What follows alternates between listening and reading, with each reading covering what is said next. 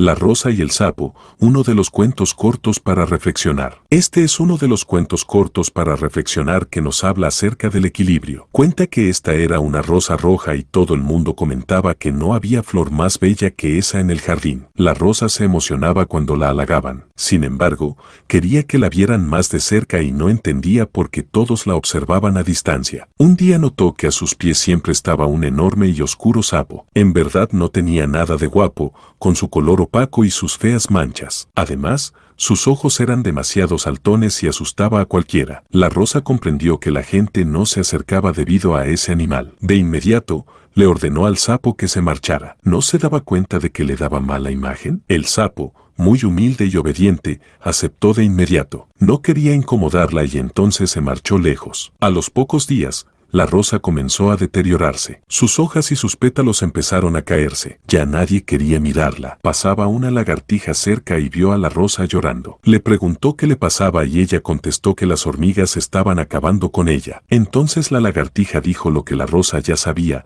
Era el sapo quien se comía las hormigas y te mantenía bella. El foso de las ranas. El segundo de los cuentos cortos para reflexionar nos habla acerca del poder de la opinión ajena. Dice que había un gran grupo de ranas que siempre iba a divertirse al bosque. Todas cantaban y saltaban hasta que caía la noche. Permanecían muertas de la risa y nada las separaba. Un día, en su salida acostumbrada, fueron a conocer un bosque nuevo. Estaban en sus juegos cuando 3 de ellas cayeron en un profundo foso del que ninguna se había percatado. Las restantes se conmocionaron. Miraron hacia el fondo del foso y vieron que era demasiado profundo. Las perdimos, dijeron. Las 3 ranas caídas intentaron subir por las paredes del foso, pero era muy difícil. Apenas avanzaban 1 metro y volvían a caer. Las demás comenzaron a comentar que sus esfuerzos eran inútiles. ¿Cómo iban a lograr escalar una pared tan alta? Era mejor que se resignaran. No había nada que hacer. 2 de las ranas escucharon esos comentarios y comenzaron a rendirse. Pensaron que las demás tenían razón. La tercera rana, en cambio,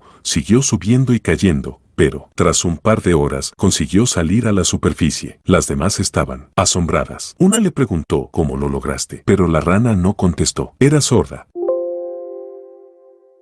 El león temeroso. El tercero de los cuentos cortos para reflexionar nos habla acerca del miedo. Comienza en una hermosa sabana africana en donde un león se había perdido de su grupo. Llevaba ya 20 días caminando de un lado para otro y no encontraba a los suyos. Tenía hambre y sed, pero también mucho miedo al verse solo. Por fin divisó un estanque de agua fresca. Inmediatamente corrió hacia él con todas sus fuerzas. Estaba muerto de sed y necesitaba a toda costa tomar un poco de líquido vital. Sin embargo, al llegar a la orilla vio sobre las aguas la imagen de un león sediento. Entonces se retiró. El estanque ya tiene dueño, pensó. Esa noche se quedó cerca de allí, pero no se atrevía a ir de nuevo al estanque. Si aparecía el león que era dueño del lugar, seguramente lo atacaría por meterse con su propiedad. Y él no estaba en condiciones de enfrentarse a nadie. Pasó un día y el sol quemaba. Ya era tanta la sed que el león decidió arriesgarse. No aguantaba más. Así que se acercó cautelosamente al estanque y al llegar a la orilla vio de nuevo al león. Era tanta su sed que no le importó. Metió la cabeza para tomar el agua fresca. En ese momento, el león desapareció. Había estado viendo solo su reflejo. Así son los miedos. Desaparecen cuando los enfrentamos. El problema. El cuarto cuento nos invita a reflexionar sobre nuestra actitud hacia las problemáticas de la vida. Este tiene lugar en un monasterio zen,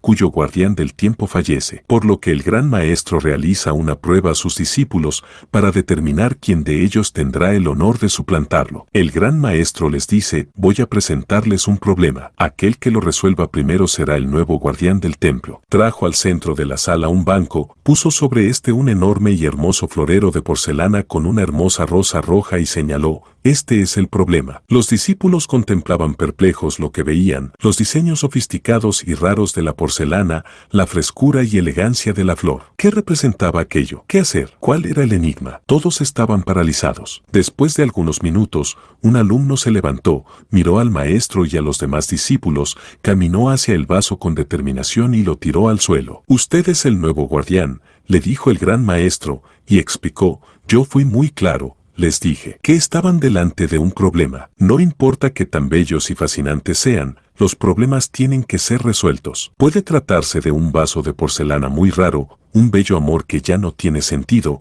un camino que debemos abandonar, pero que insistimos en recorrer porque nos trae comodidades. Solo existe una forma de lidiar con los problemas, atacarlos de frente. Este cuento nos muestra cómo solemos paralizarnos en el análisis del problema, lo contemplamos, le damos vueltas, los comentamos, etc. En consecuencia, nos olvidamos de lo más importante, solucionarlo. Afilar el hacha. El último de los cuentos cortos nos invita a reflexionar sobre el trabajo y nuestro desempeño diario dentro del mismo. El relato es el siguiente: en cierta ocasión, un joven llegó a un campo de leñadores con el propósito de obtener trabajo. Habló con el responsable y éste, al ver el aspecto y la fortaleza de aquel joven, lo aceptó sin pensárselo y le dijo que podía empezar al día siguiente. Durante su primer día en la montaña trabajó duramente y cortó muchos árboles. El segundo día trabajó tanto como el primero, pero su producción fue escasamente la mitad del primer día. El tercer día se propuso mejorar su producción. Desde el primer momento golpeaba el hacha con toda su furia contra los árboles. Aún así,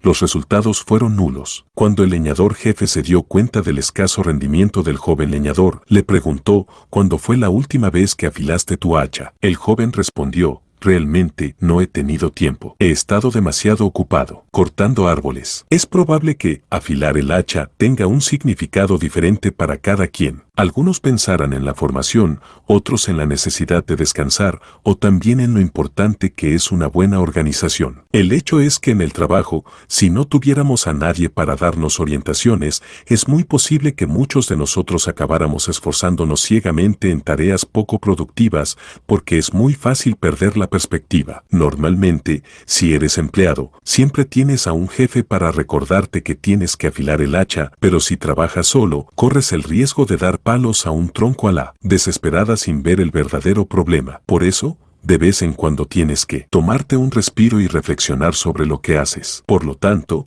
la próxima vez que te sientas atascado y notes que no estás avanzando, tómate un momento y recuerda la historia del leñador, ya que es muy posible que necesites afilar el hacha.